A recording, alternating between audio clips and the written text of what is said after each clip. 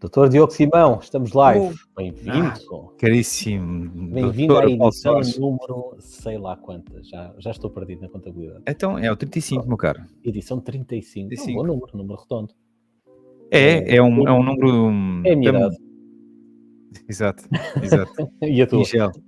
É a minha também, sim. Exato. Aliás, estas rugas, as minhas rugas são claramente sinal dos 35 anos que tenho no corpicho. Exato. Bem, são 35 bem vividos, daí as tuas marcas de idade. De guerra. De guerra, é isso mesmo. Guerra. Muito bem, essa semana. Vamos lá. Semana... graças a Deus estamos a acabar com o agosto. Uma semana agitada. De regresso às aulas. Semana agitada. Tu não percebes a piada. Tu não percebes a piada porque não estás cá, não é? Tu és um desertor. É verdade. Parece que isso andou agitado, literalmente, não é? Literalmente. Mas já falamos sobre isso. Já depois eu falo um bocadinho sobre o meu sentir, do que é o sentir, o sermos abanados involuntariamente, não é? Mas sim, estamos a acabar o mês de agosto. Está quase, já passou um instantinho. Lamento ter alguns pensamentos mais tristes sobre a saudade da forma como eu usava os meus agostos no passado, não é? nos meus 35. São um bocadinho diferentes. Como é que usavas o agosto dos teus 35? Felizmente ou infelizmente nunca fui um ser que me autorizassem a que pudesse usar um mês de agosto inteiro de férias. Não sei o que isso é. Quer dizer, sabia quando tinha 10 anos, não é? Mas muito bem. Um mês é muito exato. Sabia quando estava certamente na escola, mas tirando o momento enquanto era estudante até ao ensino secundário, não sabia o que isso era. Mas ainda assim arranjava grandes refúgios e grandes maneiras de conseguir me divertir muito bem. E fazia sempre grandes maratonas no Algarve, tipo escapadelas ali, tipo... Chegava lá, meia ninja, partíamos aquilo tudo e voltávamos. Ainda por cima em Portugal, com a escola a começar tipo a meio de setembro, por aí, não é? Sim, mas dia 2, escola pública, sim, portanto, mas na área onde eu trabalhava, portanto, na área do ensino, era muito interessante porque nós no dia 2, ou dia 1 ou dia 2 de setembro, a escola tinha que abrir, no matter what, portanto, tinha mesmo que abrir portas e era super divertido porque eu andava sempre ali a tentar compatibilizar a minha vida profissional com a minha vida não tão profissional e então era muito giro. Desafiante. Muitas horas sem dormir. O meu corpo certamente mais tarde vai-me dizer que bem feita. Muitas noites no Algarve. Sim, essencialmente Algarve, sim, mas também fui para fora dos Algarves, mas essencialmente Algarve. Mas pronto, bons tempos. É um clássico da juventude de todos nós que sim. em Portugal. Tenho boas memórias disso. Mas e tu, meu caro, como é que estamos? E este agosto também tu não paraste, não é? Não, vou ter uma semana de férias, algures em setembro. Agosto foi sempre a full. O que não me chateia. Agosto é um mês tipicamente mais calmo, o que dá para fazeres algumas daquelas coisas que tu deixas não prioritárias, que deixas pendente ao longo do ano, e consegues de facto conciliar o teu tempo em agosto com aquilo que é prioritário do teu trabalho, e sobretudo para quem trabalha com clientes, que é o meu caso, e obviamente sendo um mês mais calmo, porque de facto também eles estão de férias, portanto menos a precisar de menos atenção relativamente aos seus portfólios de investimento, e sobra de facto tempo para outras coisas que estão no pipeline, mas que não são prioritárias. Portanto, é bom, gosto de trabalhar em agosto. Quando trabalhava em Lisboa, era um mês ótimo para estar no escritório, cidade calma, conseguia-se de facto aproveitar de uma forma a cidade que nos outros meses não se conseguia aproveitar, embora se calhar hoje em dia, com o fluxo do turismo, isso já não seja uma realidade onde se nota tanto como se notava no passado. Pois, olha, e particularmente aqui no Algarve, em Portugal, este ano foi um ano, e estamos a começar a sentir, e vim por acaso algumas notícias aqui a respeito deste mês de agosto, em que toda a gente que estava à espera de grandes caixas e grandes faturações em termos de, para se tirar proveito do turismo que temos, e por acaso o Expresso tem vindo a lançar, e também o Observador, e isto respeitando as fontes, tem dado aqui algumas entrevistas sobre alguns relatos de grandes restaurantes, ou alguns restaurantes que neste momento começam a pensar em fechar portas porque o turismo não está a ser... Portanto, é engraçado que os dados que neste momento estamos a receber a respeito do turismo é que aumentamos, portanto nós não estamos de todo a perder turistas, a perder turismo, os números aumentam, mas estamos a fazer a forma como se gasta o dinheiro, a forma como os turistas neste momento estão a gastar dinheiro está a mudar. É tipo, o guia do turista está a mudar. Está. E de facto, e nesta semana e a semana passada recebi vi alguns artigos de opinião e alguns relatos, li alguns relatos de facto de alguns restaurantes, não vou estar agora a dizer quais é que são, mas há alguns relatos de chefes que neste momento vão fazer esta temporada de até setembro e depois vão começar a fechar portas. E estamos a falar de restaurantes que temos ali um preço médio na ordem dos 50 euros a pessoa, 45 a 50 euros, e o que revela, portanto... e também havia um dado muito curioso, é que em Lisboa, se tu fizeres no The Fork um filtro sobre este high-end, estes restaurantes desta tier, portanto assim mais elevada, e são imensos, portanto tens imensa oferta. E isso também é um dos fatores que eles também anunciam. Mas pronto. Vamos lá, podemos analisar isso numa outra edição, mais lá para o final do verão. Podemos voltar a esses números e analisar como é que as coisas estão no setor do turismo, que é um setor vital para a nossa economia. Portanto, quando o setor do turismo correu mal em Portugal, basicamente foi a última pedra, o último reduto a ir por água abaixo. Mas pronto, falamos nisso noutra ocasião. Aliás, o preço que tínhamos eram 17%, eu ia dizer 17%, e estou aqui a ver, revelou-se em 2023 16,8%, era o número que eu ia dizer. Desculpa, não percebi. 16%. Não, eu ia, enquanto estavas a falar disso, só para te dizer, para corroborar aquilo que estás a dizer, que a importância do setor do turismo na nossa economia, eu ia dizer 17%, mas aqui o Expresso diz que são 16,8%. É muita fruta, muita gente empregada, portanto quando abana muita coisa. Exato.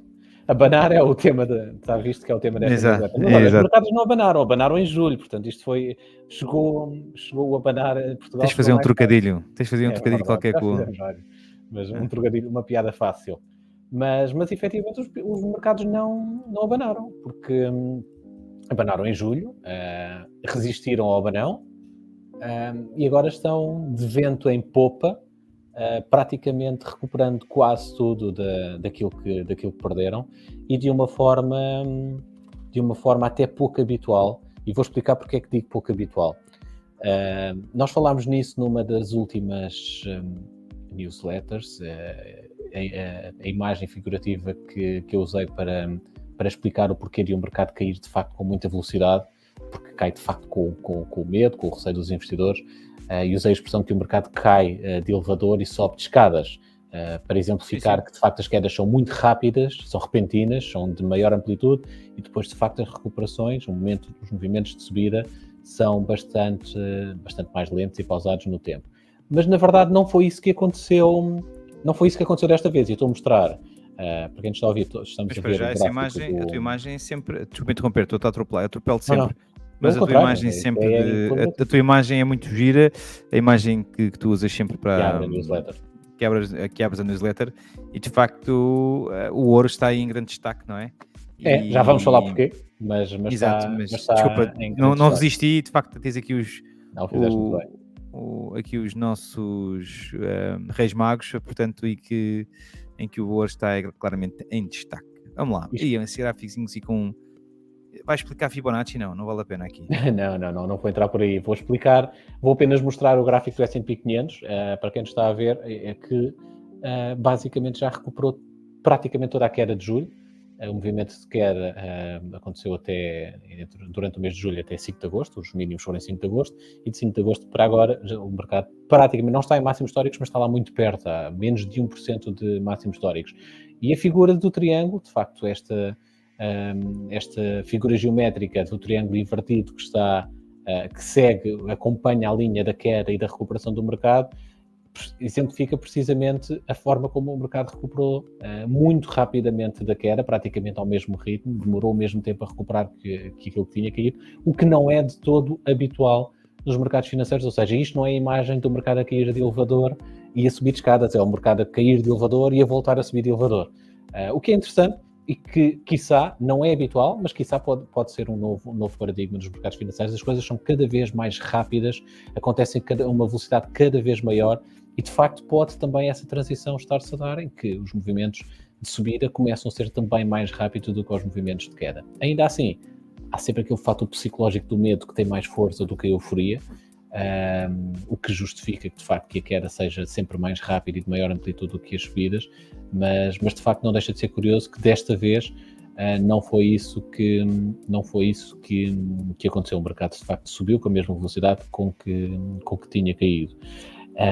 E subiu, e por isso estou a mostrar este gráfico agora, que basicamente é a comparação entre o S&P 500 e o Russell 2000, que é o índice das pequenas e médias empresas americanas, que mostra que, de facto, esta última recuperação do mercado foi acompanhada também por estas pequenas e médias empresas que este índice estava praticamente flat no ano, estava pouco acima de 1% no início de agosto, enquanto o S&P 500, ainda assim com a queda que teve em julho, o S&P 500 entrou em agosto com cerca de 10% de valorização, no acumulado do ano de 2024, e agora temos o Russell 2000 já com acima dos 10% de valorização.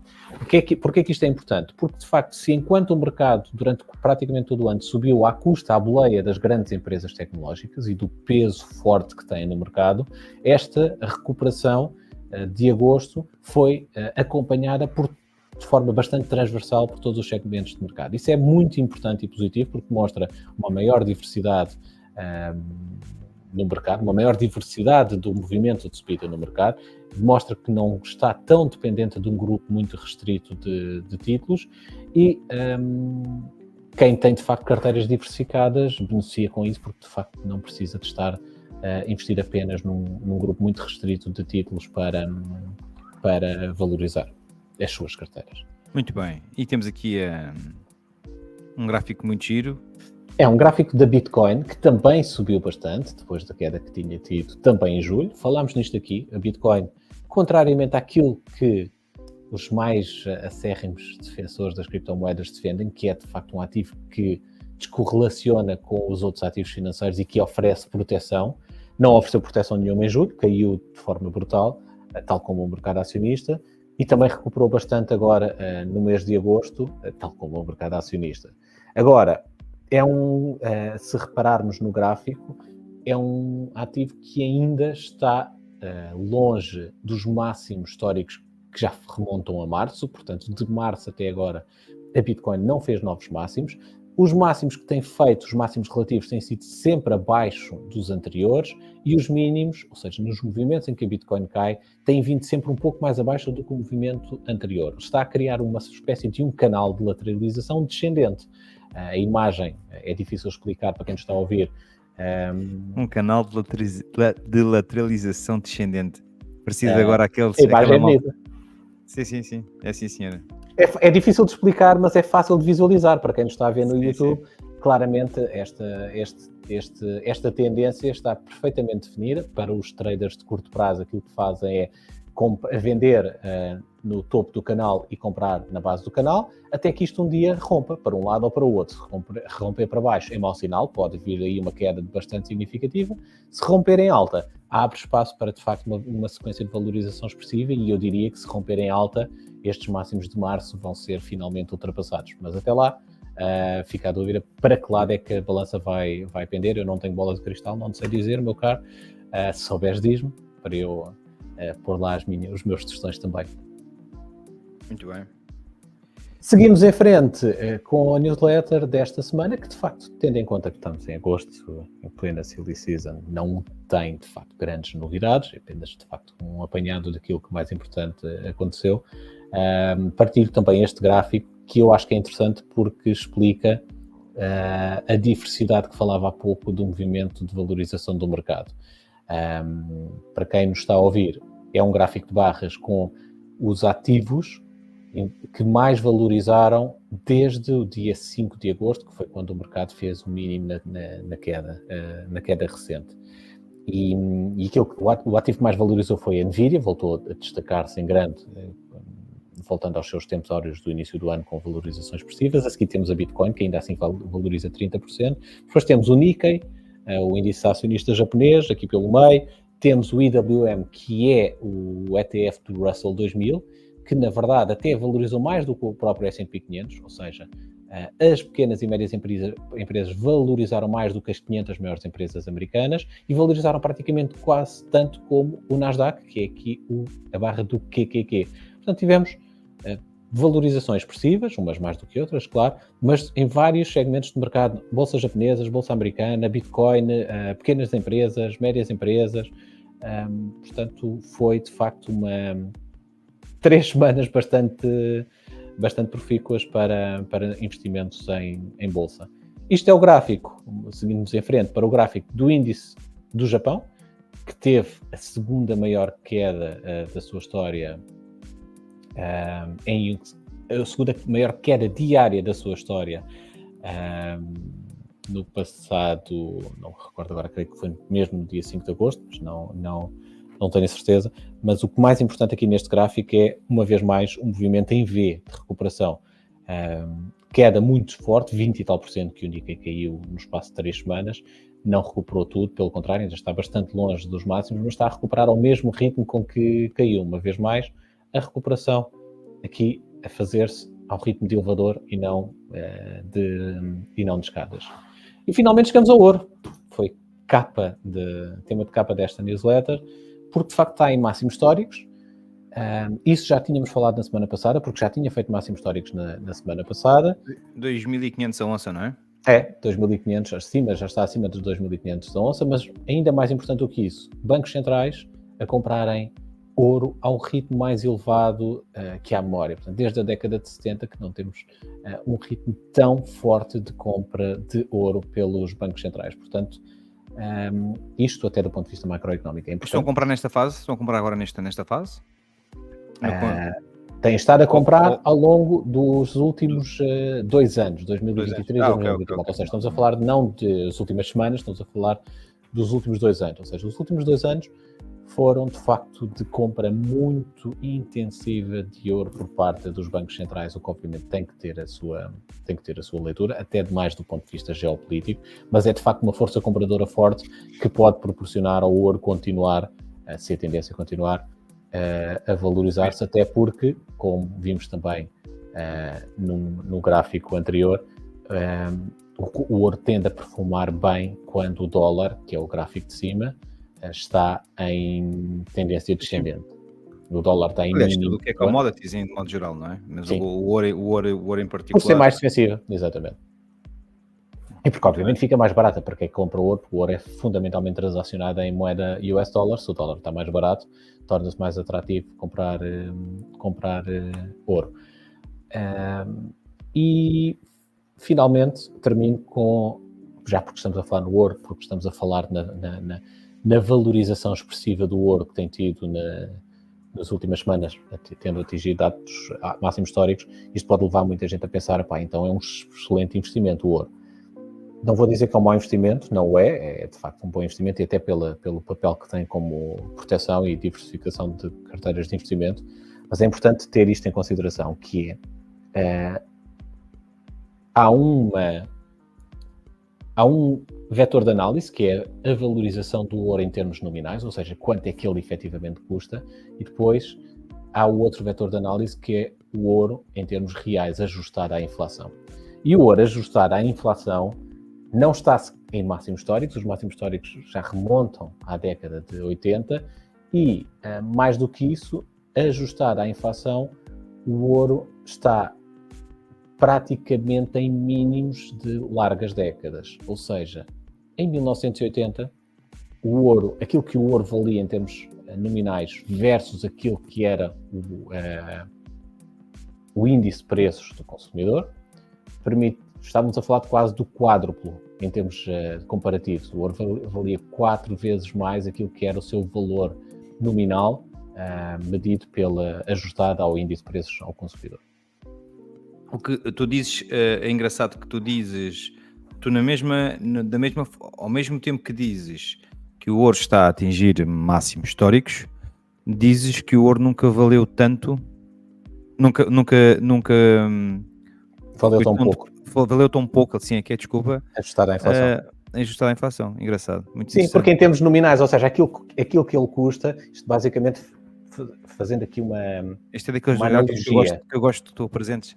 São aqueles gráficos porque desconstrói um pouco algumas ideias, porque nós olhamos para as coisas em termos nominais. É a mesma coisa que nós dizermos em 2024 ou em 2025, o ordenado médio de todos os portugueses vai duplicar. E tu achas isto fantástico, não é? Toda a gente vai passar a receber o dobro daquilo que estava a receber este ano. E eu depois digo-te assim, ok, mas uma casa que, em médio, o preço médio das casas, uma casa que custa 200 mil euros vai passar a custar 1 milhão. Não é? E tu aí percebes, ok. Nada. Exato. O cabaz de compras de supermercado básico vai quadriplicar de preço. É tipo Venezuela, não é? É, exato. Ou seja, basicamente isto é um pouco aquilo que acontece com o ouro. O ouro, em termos nominais, tem vindo de facto a valorizar. Mas atenção, não é só o ouro. Se eu te mostrar aqui, se este gráfico, em vez do ouro, tivesse o cash, tivesse as obrigações, o que é facto é que são muito poucos ativos, e diria que se calhar o mercado acionista é o único, hoje em dia, acompanhado pelas criptomoedas, que conseguem de facto preservar valor no longo prazo face àquilo que é a trajetória da inflação. Muito bem, muito bem. Bonito gráfico, gosto sim, senhora. É isto que tenho para vos trazer. Só isto? Não chega? Não, chega. Ficaste decepcionado? Não, de todo. Aliás, nunca fico decepcionado com os teus gráficos. O que seria? Não, mas interessante o tema, a forma como tu apresentas estas questões, fico sempre esclarecido, às vezes acompanhado com algumas dúvidas para o trabalho de casa, mas esta coisa do ouro nunca valeu tanto. Em termos nominais e nunca valeu tão pouco em termos reais. É isso, é engraçado, não é? É curioso, é engraçado. Sem dúvida. Eu por acaso também vi uma notícia que saiu até, acho que foi ontem do Expresso, também não li ainda, sobre a questão do ouro, da quantidade de ouro que temos nos nossos cofres em Portugal. Não tanto do ponto de vista da banca, mas aos olhos daquilo que o próprio país tem em ouro, as reservas de ouro, e o quanto é que elas valem e o quanto elas estão... Por acaso vi, enquanto continuas, vou pesquisar, porque vi recentemente, mas não guardei, um gráfico com as reservas de ouro por país, mas continua, Diogo, entretanto. Não, pronto, e era basicamente, o ouro voltou a estar na ordem do dia e portanto, não li essa notícia com cuidado, mas é só para dizer que, de facto, é sempre um colateral, é sempre uma garantia muito boa. E acho que também da forma como os mercados cada vez estão mais voláteis e da forma, ainda para mais sendo uma matéria, um material precioso que continua a ser preciso em inúmeras indústrias, e até uma das indústrias que é a indústria de luxo, não é? Da indústria do segmento de alto luxo, e não só. Portanto, eu acho que é um bom certificado de aforro, não é? Diria eu. Sim, e sobretudo porque de facto é um ativo. Eu acho que essa é a grande vantagem, é o grande papel do ouro e a grande vantagem de ter ouro, é que de facto é um ativo que tem uma performance ao longo da história sempre muito, muito positiva, muito estável, muito sustentada, nos momentos de maior stress do mercado, por exemplo, uma crise geopolítica ou uma correção forte nos mercados acionistas, um crash nas bolsas, e o ouro tipicamente consegue, de facto, oferecer proteção aos investidores nesses momentos, o que de facto é bom, porque quando tu vês os teus ativos, o teu portfólio, a tua carteira de investimento a desvalorizar significativamente, e encontras ali no ouro um refúgio, um safe haven, é interessante. Sim, sem dúvida. Olha, agora que já que falamos em reservas de ouro, temos, deixa eu ver se consigo aumentar, temos aqui o ranking de reservas de ouro por país. Estados Unidos salta fora do gráfico, é claramente destacadíssimo o país com mais reservas de ouro, mais do dobro do país que vem em segundo lugar, que é a Alemanha, depois Chequia e Itália. Isto surpreendeu-me, de facto. Eu vi este gráfico há poucos dias e fiquei algo surpreendido, porque não tinha, de facto, a ideia. Pensei que a China estivesse no segundo lugar, a seguir aos Estados Unidos, em reservas de ouro. A Rússia também pensava que estivesse no top 3, mas, na verdade, a Rússia só aparece em quinto lugar, até à frente da China, curiosamente. A China é o 6º país com maiores reservas de ouro.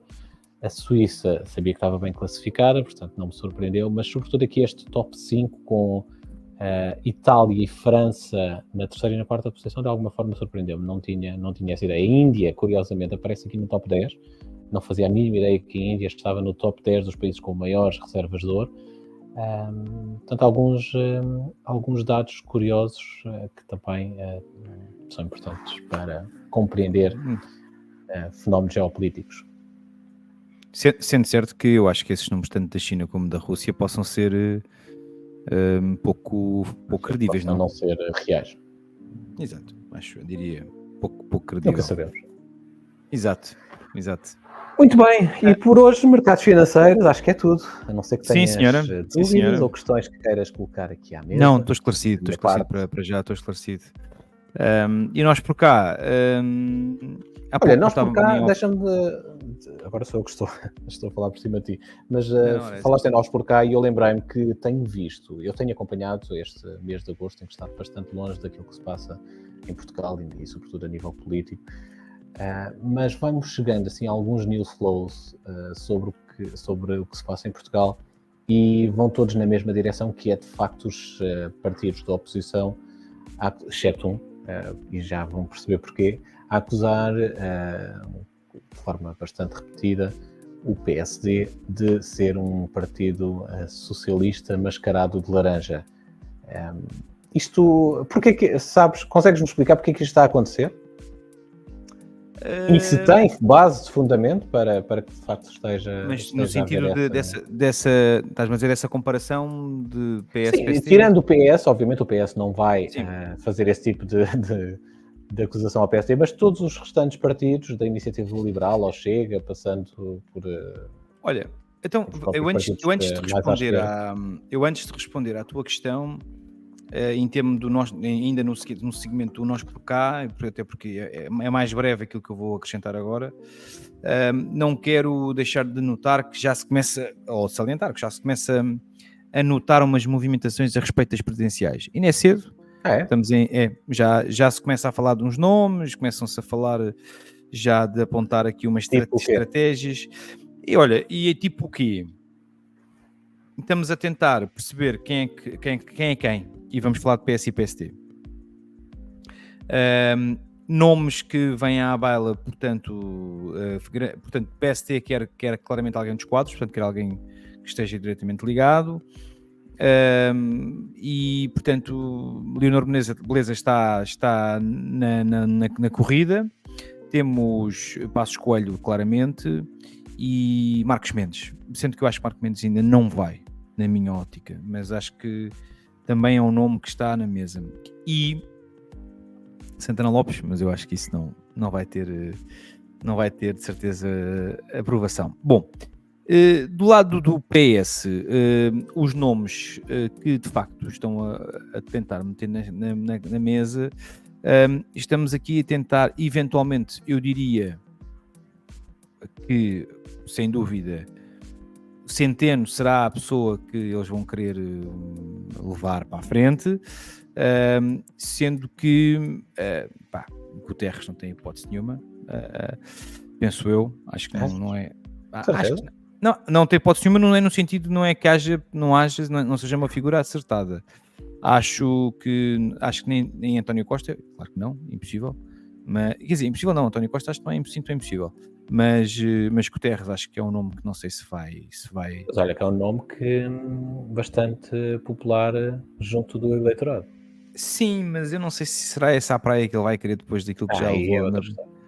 Sim, pronto, mas esta questão das presidenciais, eu penso que do ponto de vista vai ser um tema, vai se Bom, na verdade quando é que são as eleições? 2025, mas já data? Sim, eu acho que isso já está definido. Aliás, são em janeiro de 26. Sim, aqui é. Janeiro de 26, ok. Isso. Ainda assim, estamos a um ano e meio, um bocadinho menos de um ano e meio. Mas já está a trocar galhas. É normal que os nomes comecem-se, sobretudo aqueles que se querem posicionar, têm que se começar a chegar à frente. Mas pronto, em resposta à tua pergunta que me fizeste... Temos um governo PS, afinal, é isso? Não, olha, eu vou dizer uma coisa. O que é que eu acho? Nós temos aqui, sem dúvida, alguns eixos que são importantes de se perceber. Que é, primeiro que tudo, os tempos, não é? O tempo. O tempo tem sido uma cartada que se tem usado, que é o governo ainda não teve tempo. Essa cartada vai deixar de ser possível de ser usada a partir de setembro. Sendo que a partir de setembro vai estar toda a gente focada com o Orçamento de Estado, toda a gente vai querer ser Orçamento de Estado. Uma vez mais, sou a concordar com o Camilo Lourenço, que tem dito e tem defendido que agora toda a gente fala em Orçamento de Estado, nunca se falou tanto em Orçamento de Estado como até agora. É verdade. E Orçamento de Estado não é... o Orçamento de Estado é um instrumento que está presente na Constituição, mas não é isso que define um governo, um bom ou mau governo. Portanto, o Orçamento de Estado é um instrumento que é usado para se definir despesa versus proveito e que, obviamente, tem que visar essencialmente estratégias que o governo quer adotar no exercício futuro, para se conseguir, perceber o que é que está mais ou menos definido, mas o que define a longevidade ou um bom trabalho de um governo não é um orçamento de Estado. Pronto, primeiro que tudo, este é um ponto que acho que é fundamental e tem que se perceber. Mas eu diria mais importante a própria execução desse orçamento de Estado, a boa execução. Exato, do mesmo. A boa execução, exatamente, a boa execução, e depois não fazer aqueles truques de magia, de circo. O ideal é termos um bom plano, um bom orçamento e uma boa execução, não é? Exato, pronto. Agora, de facto, ter um orçamento e passar-se, de facto, meses semanas a discutir um orçamento até ao ínfimo detalhe, não, e depois nem as grandes rúbricas são cumpridas. E acho que neste momento usar-se o pretexto de que o governo não tem condições, se não houver aprovação do Orçamento de Estado entre os restantes partidos, para mim isto é um pretexto não vejo nisso, pessoalmente, até como cidadão, não vejo isto que seja um entendimento claro, até porque eu acho que o ambiente tem sido bastante diferente daquilo que é o normal da gestão de um governo, até porque, como até dado momento, houve aí uma aliança estranha entre o Chega e o PS na aprovação de algumas medidas. Mas o que eu quero dizer com isto é que eu próprio, como cidadão, neste momento quero é que as coisas funcionem e que vamos pôr de uma vez por todas a democracia a funcionar. Portanto, vamos à votação e vamos deixar-nos de demagogia de defender os interesses do próprio partido em vez dos interesses do próprio país. Pronto. Em suma, como disse, acho que os orçamentos de Estados não devem ser, não tem que ser o instrumento que viabiliza ou não a continuidade de um governo que está em funções há 4 meses, pronto, acima de tudo. Mas a tua pergunta, de facto, é pertinente, porque essa analogia tem vindo a ser feita, porque há muita semelhança daquilo que tem sido o comportamento de um PSD em comparação com um PS, em termos da forma de atuar. E a forma de atuar, essencialmente, aqui incide essencialmente nas abordagens de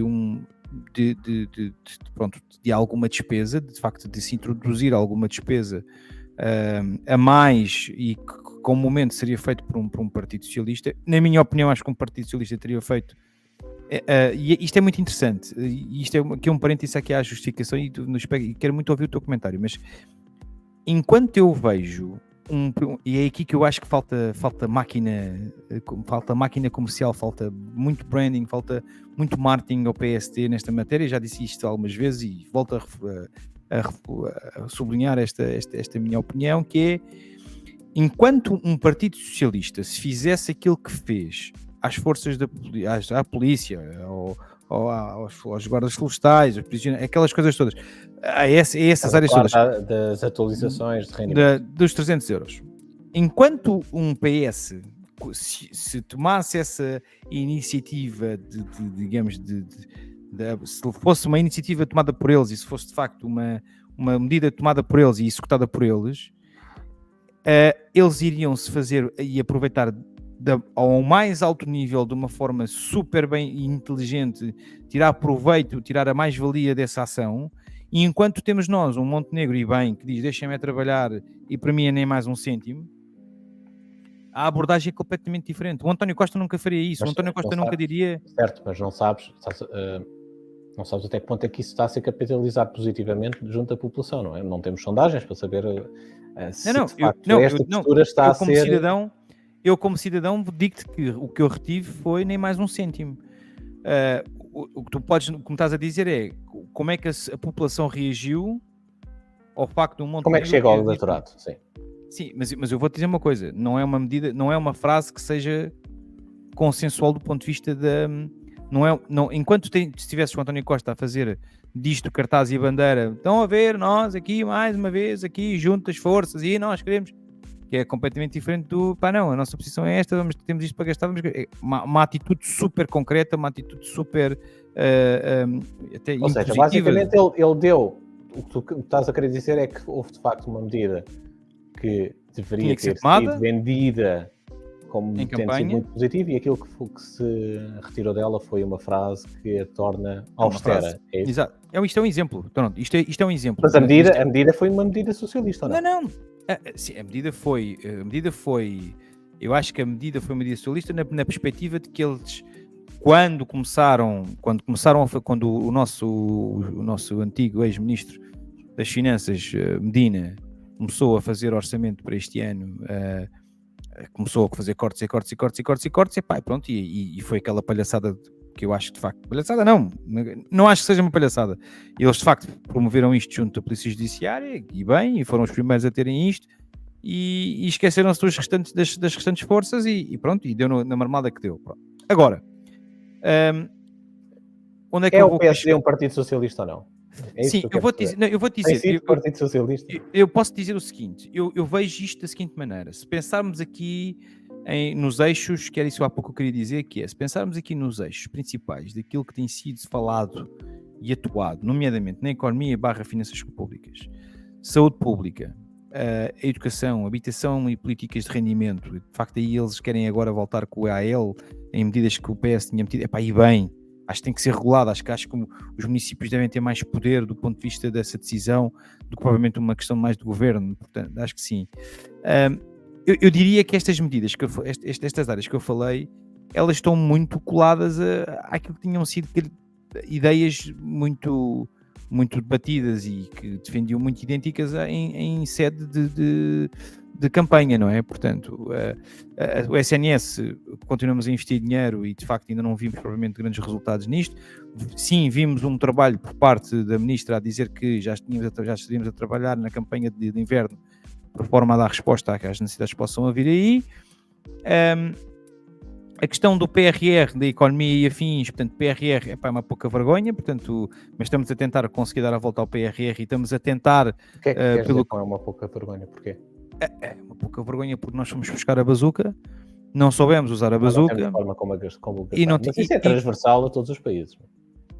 Sim, nestas coisas, e tu sabes aquilo que eu te vou dizer, normalmente quando tu tens um orçamento para gastar, e se tu não o gastas, o que acontece é que se tu não o gastas para o ano a seguir ou da próxima vez, tu vais receber esse valor, vais receber o que gastaste menos X%, não é? Por isso é que as subvenções são terríveis, porque de facto não estimulou a produtividade, estimulou o gasto, não é? Exatamente. Mas sim, concordo contigo. Mas isto para te dizer, em particular a educação, por exemplo, vou falar aqui um bocadinho da educação, seja secundário, seja o básico, ou seja o superior e o secundário, já se introduziram aqui algumas medidas. Eu acho, por exemplo, a medida do ponto de vista, caso prático, muito rapidamente, não temos tempo para discutir isto tudo, mas, por exemplo, acho que a questão na educação, no ensino básico, na alteração e secundário, no básico, neste caso, da alteração das provas de aferição, para o quarto ano, por exemplo, e para o nono ano, faz todo o sentido. Aquilo que tínhamos não fazia sentido nenhum.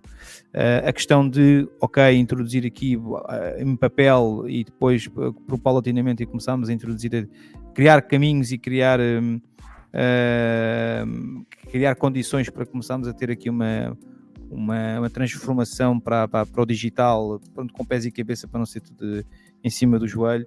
Portanto, educação, acho que tem-se feito algumas coisas, acho que ainda há um caminho, acho que tem que se fazer uma reforma brevemente. E há um caminho longo, e acho que também, pelo que sei, este ministro também está com algum olhar atento e vão querer mudar também uma pequena fração da educação, do ensino que existe, que é o ensino profissional, que tem um caminho, acho que tem um caminho brutal pela frente, porque acho que é uma área muito por explorar e e que há bons exemplos pelo mundo fora de que se pode fazer muita coisa nessa área. A questão da habitação, falou-se da questão do IVA, a questão de políticas de rendimento, aqui as políticas de rendimento, e depois também da questão do próprio arrendamento. Eu acho que a forma do arrendamento, o PS tem uma estratégia de mais do ponto de vista do subsídio, através de incentivo direto para as pessoas. Portanto, enquanto o PS, que defende mais uma teoria mais do incentivo financeiro puro do Estado a comparticipar em parte, no quer que seja, eu vejo aqui este governo com uma capacidade de dar mais condições para as pessoas poderem comprar as casas e para que as casas fiquem mais baratas com incentivo fiscal do ponto de vista do IVA dos 6%. Portanto, isto é, são objetivos ambos lógicos e pertinentes, caminhos diferentes, não é? Portanto, tem na minha ótica, tudo o que seja incentivo... Eles atacam o verdadeiro problema, que é a falta de casas para comprar, não é? Sim, exato. Para mim, eu acho que... Tornar-se mais fácil a compra de habitação, mas mantendo o mesmo número de habitações disponíveis, a única coisa que vai fazer é subir o preço. Sim, exato. Exatamente. Mas o que eu concordo é que as pessoas passem a ter condições, que as próprias pessoas individualmente possam ter mais condições para poder comprar a sua habitação, ou em vez de estimular essencial, mas é preciso também que ao mesmo tempo que hajam casas para as pessoas comprar, porque senão, de facto, a única coisa que vai acontecer é o preço vai subir, porque as pessoas podem ter mais condições para comprar. Se tiverem mais condições para comprar, mais gente no mercado a querer comprar, o número de casas disponíveis não aumentar, ser o mesmo, quem vende, faça um aumento da procura, vai subir o preço. Sim, indiscutível. Concordo contigo. Mas olha, eu falei, não te disse nada. O que é que eu quero dizer? Não te disse nada, não respondi. Disseste muita coisa, mas não me disseste objetivamente se estamos um PS a governar à moda do PS. Eu acho que, sem dúvida, que as primeiras ações que têm sido visíveis e que têm-se mostrado por parte de um PST tem sido a tentativa de cumprir com algumas promessas de campanha e que muitas delas visam ou delas têm sido... Promessas de campanha do PSD. Do PSD, não é? E que em parte também eram desejos também idênticos à parte do PS, mas que essencialmente, para mim, têm sido políticas que visam essencialmente o investimento por via do governo em algumas áreas, basicamente estão a gastar dinheiro, que é aquilo que o socialismo faz muitíssimo bem, e por último, ainda não conseguimos ver do outro lado a outra perna, de como é que vamos conseguir capitalizar estas despesas, ou como é que vamos conseguir capitalizar os nossos ganhos para conseguir vencer estas despesas, ou fazer face a estas despesas. Não tivemos ainda grande visão sobre isso, que eu acho que é o que tem faltado, porque, como te disse, tem-se feito investimento no CNS, tem-se feito investimentos nas forças, tem-se feito investimento nos professores, há um conjunto de agora os médicos, há um conjunto de medidas neste momento que só estão a canalizar gastos e não se está a ver como é que vamos ganhar. Agora, por acaso, ainda hoje por acaso vi a notícia disso, que era um caso prático, que é o crudo nunca teve tão baixo, o petróleo nunca está a baixar, mentira, não é nunca teve tão baixo, deixa-me corrigir, está a cair, o que tipicamente deveria-se sentir um comportamento proporcional ou um seguimento no comportamento da baixa dos combustíveis, e não se vai sentir essa baixa de forma tão acentuada porque foi revertido um dos impostos. Exato. Aliás, foi revertido uma subvenção que o Estado tinha no preço do petróleo, ou seja, um dos impostos que o Estado tinha retirado voltou a remeter no preço, no cálculo do preço. E por isso, na prática, isto é uma maneira de se conseguir ir buscar, portanto, algum do dinheiro que é necessário para se fazer face a estas despesas que estão a ser colocadas em sede de orçamento. Agora, e isto é um exercício muito, muito fácil de se fazer, que é, se o governo e isto é uma ideia que tem que ser passada a toda a gente, que é, quando o Estado diz, eu vou dar algo, um incentivo, uma subvenção, uma redução na carga fiscal, um prémio, seja o que for, um aumento dos salários. Quando o Estado diz isto, das duas uma, ou tem na outro lado a perna de conseguir dizer, olha, eu vou gastar mais aqui, mas vou ganhar aqui, seja a medida que for, ou se eu vou gastar mais aqui e para que isto não seja um aumento do déficit em sede do Orçamento de Estado, vai ter que haver impostos. E aí sim entramos no regime socialista, que é para mim a medida que eu quero, que eu estou à espera, que é ver o que é que vai ser proposto no próximo Orçamento de Estado, que medidas é que nós vamos querer ter, por forma a que, porque baixar impostos vai ser difícil, a não ser estas questões dos escalões de IRS, que são minudências, são tretas. Isto vai dar jeito a muita gente, sem dúvida, mas não é isto que vai ser impactante do ponto de vista da qualidade de vida de nós todos, não é? E por isso, isto para dizer, para terminar, que quando alguém promete, um político promete que vamos conseguir baixar ou vamos conseguir dar algo, não há hipótese. Ou o déficit aumenta, certo, ou o imposto tem que se ir à coleta. Não há hipótese. Não há, isso aí é... Tu muito melhor do que eu sabes que não há outra maneira. E atenção, e isto é bizarro. E há um cheque de, não sei, 26 mil milhões de euros que nós recebemos, acho que é esse o valor que o António Costa recebeu e queria ir ao banco logo levantá-lo.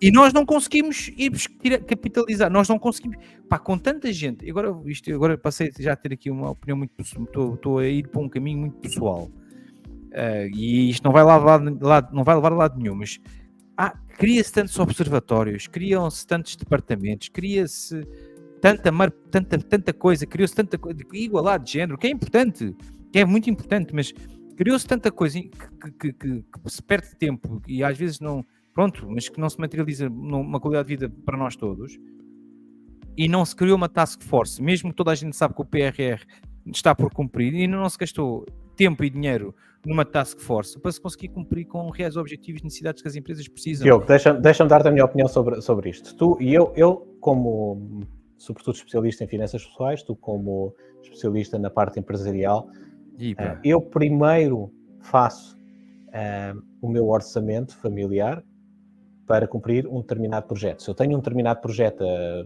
5 anos, 10 anos, seja qual for, quero comprar uma casa, quero fazer uma viagem, o que for, eu faço um orçamento para concretizar esse objetivo. Tu, enquanto gestor de empresas, o que tu fazes é, tu crias um business plan para chegares a qualquer lado e com base nesse business plan, tu vais quantificar quanto é que precisas de financiamento, quanto é que precisas de capitais próprios para implementar um projeto.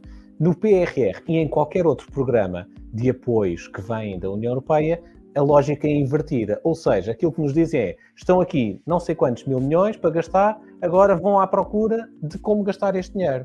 Quando aquilo que deveria ser era, ok, vamos pôr as entidades, vamos pôr as empresas a construírem business plans e digam-nos quais são as necessidades de financiamento para implementar esses planos de negócio para as empresas, para implementar as obras públicas que o Estado quer construir, sim. E com base nisto vamos precisar de X milhões, deem-nos cá o dinheiro para nós implementarmos isto. Aquilo que se faz é exatamente ao contrário. O que é que acontece? Pois não, obviamente não há capacidade de conseguir orquestrar uma arquitetura para pôr esta máquina a rolar, porque o trabalho de casa que tem que ser feito, previamente feito, não foi feito. Sim, concordo contigo. Normalmente quando as empresas que fazem este tipo de trabalho de consultoria, de gastar este tipo de fundos, faz sempre a pergunta que vem é sempre, não penso que o dinheiro exista, não é? Que este dinheiro existe, diga-me o que é que precisa.